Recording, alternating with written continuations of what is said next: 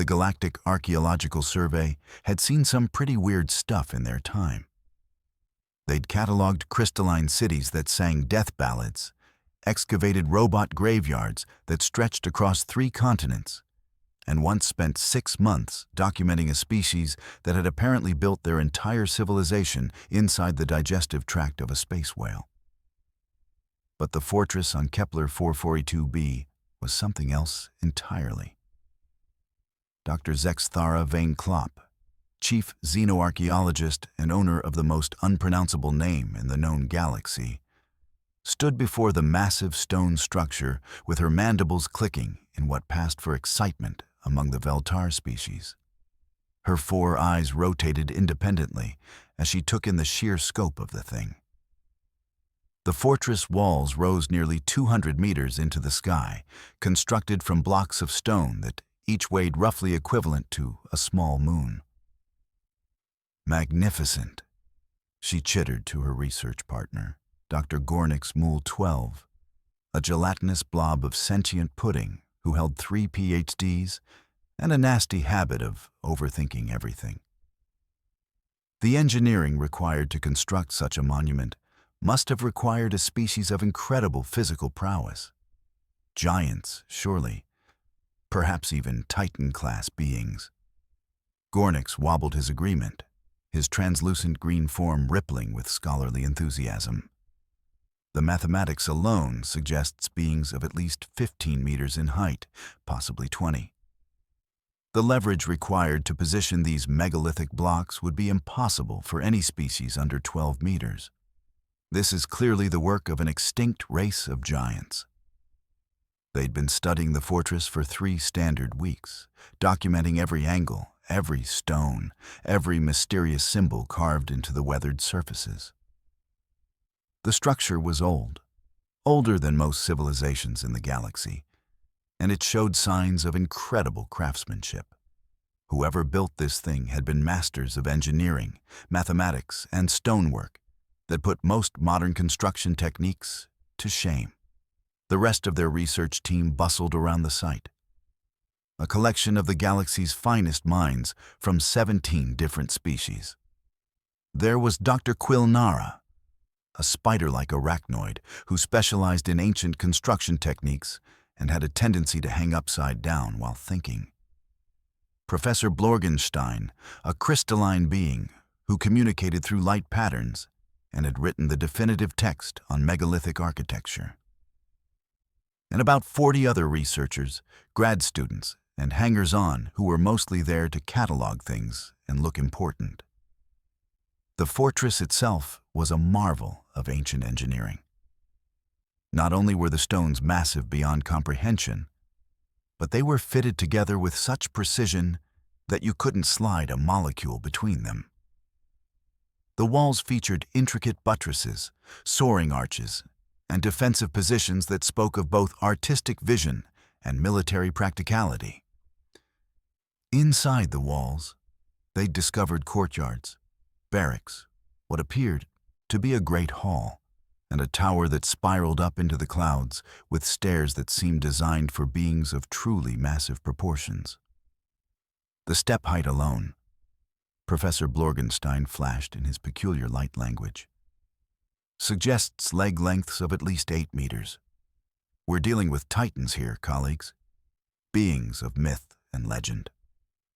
Dr. Vane Klopp was busy making notes on her quantum tablet when the transport ship landed in the makeshift camp they'd established outside the fortress walls.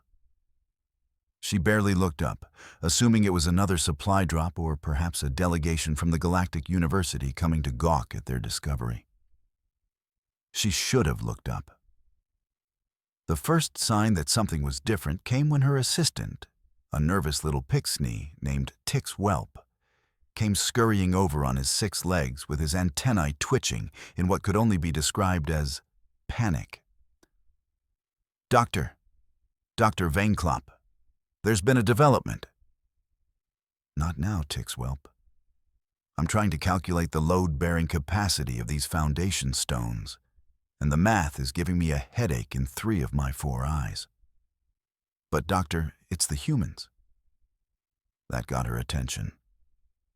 She looked up from her calculations, fixing Tick's whelp with her most intimidating stare, which admittedly wasn't very intimidating since the Veltar species looked like a cross between a praying mantis and a slide rule. What about the humans? They're here. A human delegation.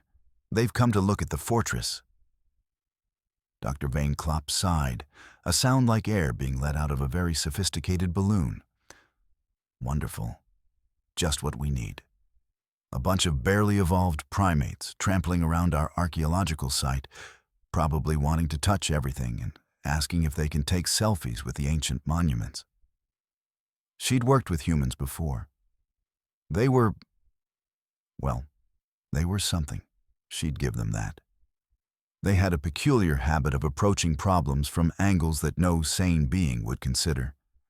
And they tended to have opinions about everything, whether they knew anything about the subject or not. They were also disturbingly persistent and had an annoying tendency to be right about things they should have been completely wrong about. The human delegation consisted of exactly one human, which was somehow both surprising and completely typical.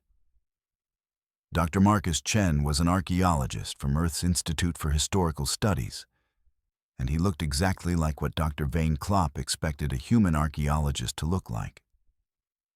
Slightly dusty, carrying more equipment than any reasonable being should attempt to transport, and wearing the kind of hat that suggested he'd spent considerable time in places where the sun was trying to kill him. Dr. Chen approached their little gathering with the easy confidence of someone who'd spent his career digging up other people's ancient civilizations and making educated guesses about what they'd been thinking when they built things. "Dr. Vane Klopp, I presume?" he said, extending, his hand in the peculiar human gesture of voluntary, temporary limb grasping. "I'm Marcus Chen. I've been reading your preliminary reports on the fortress. Fascinating stuff." She accepted the handshake with one of her manipulator claws, trying not to think too hard about human germs. "Dr. Chen, I must say I'm surprised the Institute sent only one representative for such a significant discovery." "Oh, they didn't send me," Marcus said cheerfully, pulling off his hat and running a hand through hair that had clearly given up trying to cooperate with any styling attempts. "I was in the neighborhood, relatively speaking, working on a dig about 6 systems over. When I heard about giant fortress builders, I figured I'd swing by and take a look." "In the neighborhood?" Dr. Gornix burbled skeptically. "The nearest human colony is 47 light-years away." "Like I said, relatively speaking." Dr. Vane Klopp gestured toward the fortress with 2 of her arms while making notes with the other 2. "As you can see, we're dealing with construction on a truly massive scale. Our analysis indicates the builders were titans, possibly 20 meters in height or more. The engineering requirements alone would have been staggering for any species smaller than 15 meters. Marcus looked up at the fortress, shading his eyes against the afternoon sun of Kepler 442b. He stood there for a long moment, taking in the massive walls, the soaring towers, the impossible scale of the construction. The rest of the research team had gathered around to watch his reaction, curious to see how the human would respond to their discovery. Finally, Marcus lowered his hand and looked back at the assembled xenoarchaeologists with an expression that could only be described as thoughtful amusement. "You know," he said conversationally, "we were taller then." The silence that followed this statement was the kind of silence that occurs when 43 highly educated beings simultaneously experience the intellectual equivalent of a small stroke. Dr. Vane Klopp's mandibles stopped clicking. Professor Blorgenstein's light patterns flickered and went dim. Dr. Gornix actually stopped wobbling, which for a gelatinous being was roughly equivalent to falling unconscious. "I'm sorry," Dr. Vane Klopp said carefully. "Did you just suggest that humans built this fortress?"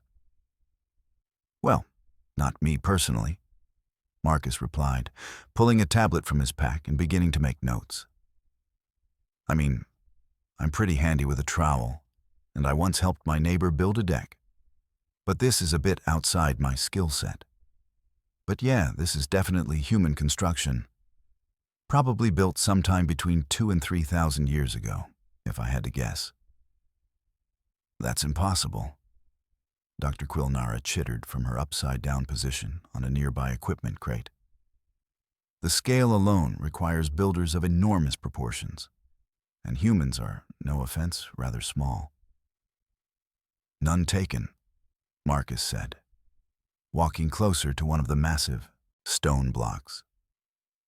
We are pretty compact, relatively speaking. But you know what they say about assumptions. He pulled out what appeared to be a small sensor device and began scanning the stone surface. The device beeped cheerfully, and Marcus nodded as if the beeps were telling him something important. Carbon dating puts this at about 2,800 years old, give or take a century, which would put it right in the middle of what we call the Great Diaspora period. That was when humans first started spreading out across the galaxy in a big way, before we figured out that most of the galaxy was already occupied, and we should probably ask permission before moving in. But the size, Professor Blorgenstein flashed desperately. The mathematical impossibility of such construction by beings of your stature? Marcus looked up at the professor's crystalline form with genuine curiosity. You know, that's interesting that you mention the math. Mind if I take a look at your calculations? Professor Blorgenstein projected his mathematical models into the air, using his natural light projection abilities. Holographic equations filled the space between them, showing force vectors, weight distributions, and leverage calculations that proved beyond any doubt that only giants could have built such a structure. Marcus studied the floating mathematics for several minutes, occasionally nodding or making small sounds of understanding. The assembled researchers watched him with the kind of fascination usually reserved for watching someone defuse a bomb or attempt to explain poetry to a computer. Well, there's your problem right there, Marcus said finally, pointing at a particular cluster of equations. You're assuming they lifted the blocks. Of course we're assuming they lifted the blocks, Dr. Gornix burbled indignantly. How else would one position megalithic stones at such heights? Oh, you sweet gelatinous pudding of academic assumption, Marcus said with genuine fondness. You're thinking like civilized beings with advanced technology and sensible approaches to construction. But humans, especially ancient humans, were magnificently uncivilized. He walked over to the base of the fortress wall and knelt down, brushing away some accumulated dirt and debris. See this? This is what we call a ramp foundation. And if you look over there, those aren't decorative earthworks. That's the remains of construction ramps. Big, long, gradually sloped ramps that spiraled around the construction site. The researchers crowded around as Marcus pointed out features that had been hiding in plain sight. What they'd assumed were natural hills were actually the remains of massive earthen ramps. What they'd cataloged as artistic landscaping were the remnants of a construction system that had been dismantled and abandoned thousands of years ago. They built ramps, Dr. Vane Klopp said slowly, as if testing the words for reasonableness. They built ramps and rolled the stones up. Rolled them, dragged them, pushed them, probably cursed at them extensively. Ancient humans were very good at moving heavy things through sheer bloody-minded persistence and a willingness to try solutions that more sensible species would reject as insane. Marcus pulled up some files on his tablet, showing images from archaeological sites across human space. We've found evidence of similar techniques on dozens of worlds. Humans from this period were absolute masters of what we call brute force engineering. They didn't build big because they were big. They built big because they were stubborn. But the precision, Dr. Quilnara protested, still hanging upside down but now with her 8 eyes focused intently on Marcus. The mathematical perfection of the stone fitting, the architectural sophistication. Surely such work required advanced tools and superior physical capabilities. Oh, absolutely, Marcus agreed cheerfully. It required incredibly advanced tools like ropes, levers, wooden rollers, and probably some kind of primitive crane system. Plus, one other thing that humans have always had in abundance. Which is? An absolutely irrational refusal to accept that something can't be done. He gestured up at the fortress walls, his expression somewhere between admiration and the kind of fond exasperation usually reserved for particularly troublesome relatives. Look, I've spent my entire career studying human construction projects from this period. They built stuff like this all over the galaxy. Not because they were giants, but because someone said it couldn't be done. And humans have a pathological inability to leave well enough alone when faced with impossible odds. Marcus began walking around the perimeter of the fortress, pointing out construction details that suddenly made sense in a completely different context. See those notches in the stones? Those are rope grooves, worn smooth by thousands of ropes pulling thousands of blocks into position. And those stepped indentations? Those aren't decorative elements, they're footholds and handholds. This entire fortress is basically a massive jungle gym designed to be climbed by normal-sized humans. Dr. Gornix rippled with skepticism. Even granting your rope and ramp hypothesis, the organizational requirements would be staggering. The workforce, the logistics, the coordination required to complete such a project would require a civilization of enormous sophistication. Or, Marcus said, settling down on a convenient stone block and pulling out what appeared to be a sandwich from his pack. It would require a civilization of humans who had absolutely nothing better to do for 30 or 40 years. He took a bite of his sandwich and continued talking with the casual confidence of someone explaining why water is wet.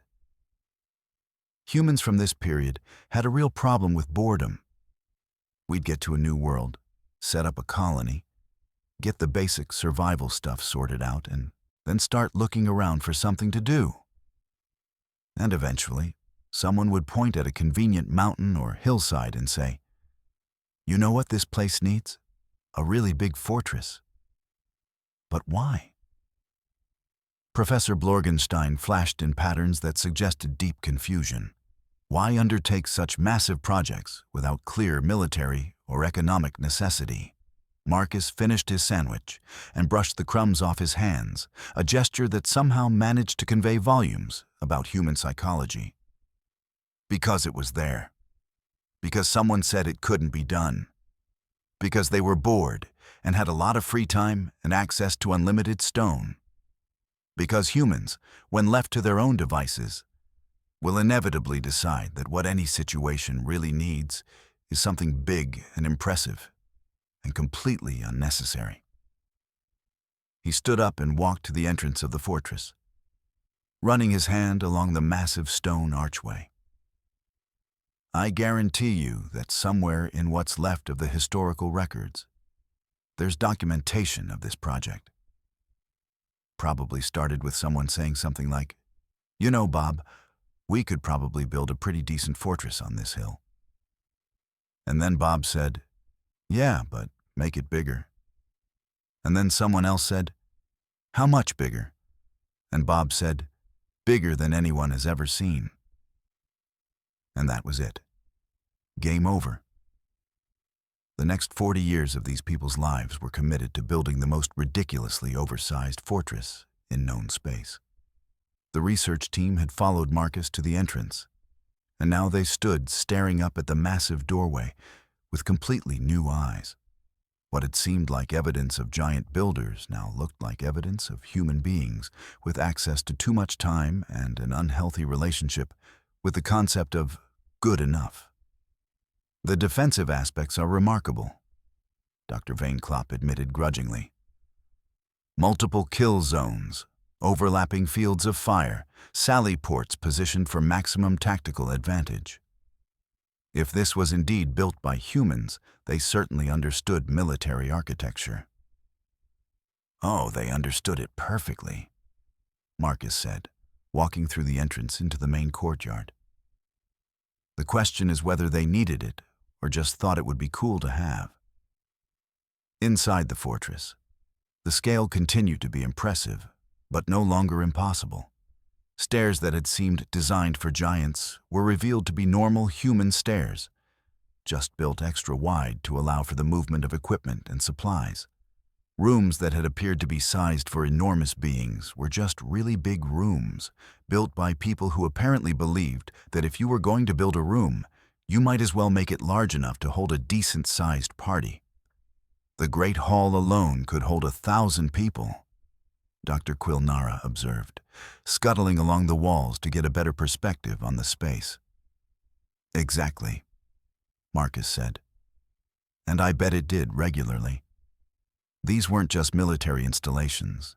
They were community centers, places where the entire local population could gather for festivals, meetings, celebrations, or just to get together and complain about the weather. He led them through the fortress, pointing out features that told a story not of giants, but of humans with big ideas and the engineering skills to make them reality. The kitchens were enormous, but designed for feeding large groups rather than giant individuals.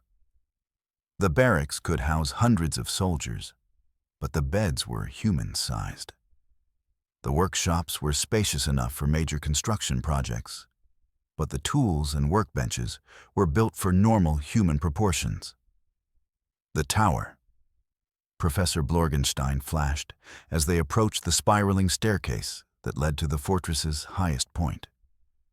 Surely the tower was built for giants. The stairs are enormous. The ceiling heights are impossible for normal humans. Marcus started climbing the stairs, taking them 2 at a time with no apparent difficulty. The stairs are big because they were designed for people carrying heavy equipment, he called back over his shoulder. And the ceilings are high because someone decided that if you're going to build a tower, you might as well make it impressive. Also, better ventilation and natural lighting. The climb to the top took 20 minutes, during which Marcus kept up a running commentary on construction techniques, architectural choices, and the psychological quirks of humans with too much ambition and not enough common sense. By the time they reached the top, the assembled researchers were beginning to develop a new appreciation for human engineering capabilities. The view from the tower was spectacular. The fortress sat on a high hill overlooking a vast plain that stretched to the horizon. From this height, they could see the remains of what had once been a substantial settlement spread out below the fortress walls. Roads, foundations, the geometric patterns that marked ancient agricultural fields. How many people lived here? Dr. Vainclop asked, her mandibles clicking with what might have been admiration. At its peak? Probably 15 to 20,000, Marcus said, leaning against the stone parapet and looking out over the landscape. This wasn't just a fortress. It was the center of a thriving colony. The fortress was their civic center, their community gathering place, their symbol of what they'd built together. And they just left? Marcus shrugged, a gesture that somehow conveyed the entire history of human expansion across the galaxy. Colony populations were pretty mobile in those days. Maybe they got a better offer somewhere else. Maybe they decided they wanted to go build something even bigger and more impossible. Maybe they just got bored and moved on. Humans from this period had a real problem with staying put. Dr. Gornix had been unusually quiet during the tower climb. but now he burbled with what sounded like genuine curiosity. Dr. Chen, you mentioned earlier that humans were taller. Then, what exactly did you mean by that? Marcus grinned, the expression of someone who had been waiting for exactly that question. Ah, well, that's where it gets interesting. See, humans weren't physically taller back then. If anything, we were probably a bit shorter on average. But we thought bigger. We dreamed bigger. We were willing to undertake projects that modern humans would reject as completely insane. He gestured out at the fortress around them. Modern humans would look at a project like this and start talking about cost-benefit analysis, environmental impact studies, zoning regulations. We'd form committees, conduct feasibility studies, hire consultants to write reports about whether we really needed a fortress this size. And ancient humans? Ancient humans would say, let's build a fortress so big that people will still be talking about it 3,000 years from now. And then they'd spend the next 40 years making it happen. The assembled researchers stood in contemplative silence, absorbing this revelation. The fortress suddenly seemed less like the product of a vanished race of giants, and more like the monument to human ambition that it actually was. So what happened to them? Dr. Quilnara asked finally. This capacity for massive projects? This willingness to dream big? Marcus was quiet for a long moment, looking out over the ancient settlement below. We got civilized, he said finally. We learned to be reasonable. We developed concepts like proportionate response and appropriate scale. We started building things that made sense instead of things that made us feel like giants. He turned back to face the research team, his expression thoughtful. Don't get me wrong. Modern human engineering is incredibly sophisticated. We can build things now that these ancient builders couldn't even imagine. But we've lost something too. We've lost the willingness to look at an impossible project and say, yeah, let's do that anyway. Dr. Vane Klopp had been making notes throughout their exploration. But now she put away her tablet and looked around the fortress with completely new eyes. Dr. Chen, I have to ask, how did you know immediately that this was human construction? Marcus laughed, a sound that echoed off the stone walls around them. Because it's completely ridiculous, he said. Any sane species would have built something half this size and called it good. Only humans would look at a perfectly adequate fortress design and say, you know what this needs? More everything. He gestured at the massive walls, the soaring towers, the vast courtyards. This fortress is 3 times bigger than it needs to be for any reasonable defensive purpose. It's over-engineered, over-designed, and overbuilt in every possible way. It's the architectural equivalent of bringing a cannon to a knife fight. And that, my friends, is human construction in a nutshell. As they began the long climb back down from the tower, Dr. Gornix posed one final question. Dr. Chen, do you think modern humans could still build something like this? Marcus considered the question seriously as they descended the spiral staircase. Technically, absolutely. We have better tools, better materials, better understanding of engineering principles. We could probably build something twice this size in half the time. But we wouldn't, because we're too smart now. We know too much about project management and realistic timelines and appropriate resource allocation. We'd build something sensible and practical and efficient. They emerged from the tower into the main courtyard, where the afternoon sun cast long shadows between the massive stone structures. Which would be fine, Marcus continued, except that nobody remembers sensible fortresses. Nobody travels 47 light years to study practical architecture. Nobody stands in awe of efficient resource allocation. He looked around the courtyard one last time before heading back toward the entrance. They remember this. They remember the fortress that was so ridiculously oversized that people assumed it must have been built by giants. Because sometimes being completely unreasonable is exactly what the situation calls for. Dr. Vane Klopp found herself looking at the human with something approaching respect.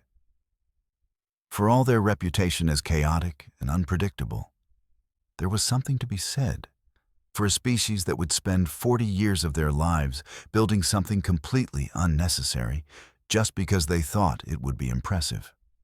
"Dr. Chen," she said as they walked back through the massive entrance arch, "would you be interested in staying on as a consultant for our research? I suspect there may be other aspects of this site that would benefit from a human perspective." "I'd be delighted," Marcus replied, adjusting his hat against the afternoon sun. "Besides, I'm curious about something. If this place was really as active as I think it was, there should be some really interesting trash dumps around here somewhere. And you can learn a lot about a civilization from their garbage." "Garbage archaeology," Professor Blorgenstein flashed with what might have been amusement. How appropriately human. As the research team packed up their equipment for the day, Dr. Vane Klopp found herself thinking about giants and humans and the difference between being physically large and thinking large. The fortress loomed around them, still massive, still impressive, but no longer impossible. Just the product of humans who had looked at a hill and decided it needed something bigger than anyone had ever built before, and then spent 40 years making it happen. Because they were taller then, in all the ways that mattered.